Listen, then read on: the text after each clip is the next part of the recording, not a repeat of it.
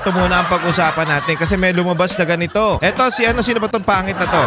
Ito, yung pahayag nito patungkol doon kay Senator Amy. Dahil sa kagustuhan mong Senator Amy makuha ang Duterte supporters, winasak mo ang Solid North. Actually, hindi na kailangan niya yang kunin. Alam mo kung bakit? Hindi lang Duterte supporter ang makukuha ni Senator Amy, ang buong Pilipinas. Alam niyo kung bakit? Kasi nagsalita siya patungkol doon sa kapatid niya. O nagsalita siya na ganito na ang nangyayari sa Pilipinas. Nagsabi siya ng katotohanan. Sinasabi nung iba na desperado daw yan si Senator Amy. Oo, desperate move yan. Kasi gusto niyang mailayo yung kapatid niya sa droga. Gusto niyang maialis. Gusto niya pa rin mailigtas yung kapatid niya. Ganun naman ginagawa niya ni Senator Amy. Hindi niya pinapangalanan yung kapatid niya sa mga akusasyon. Hindi niya sinasali. Laging lang yung mga nasa baba. O lagi nating kino-call out yan. Senator Amy, idamay mo yung kapatid mo kasi yung kapatid mo ang leader dyan.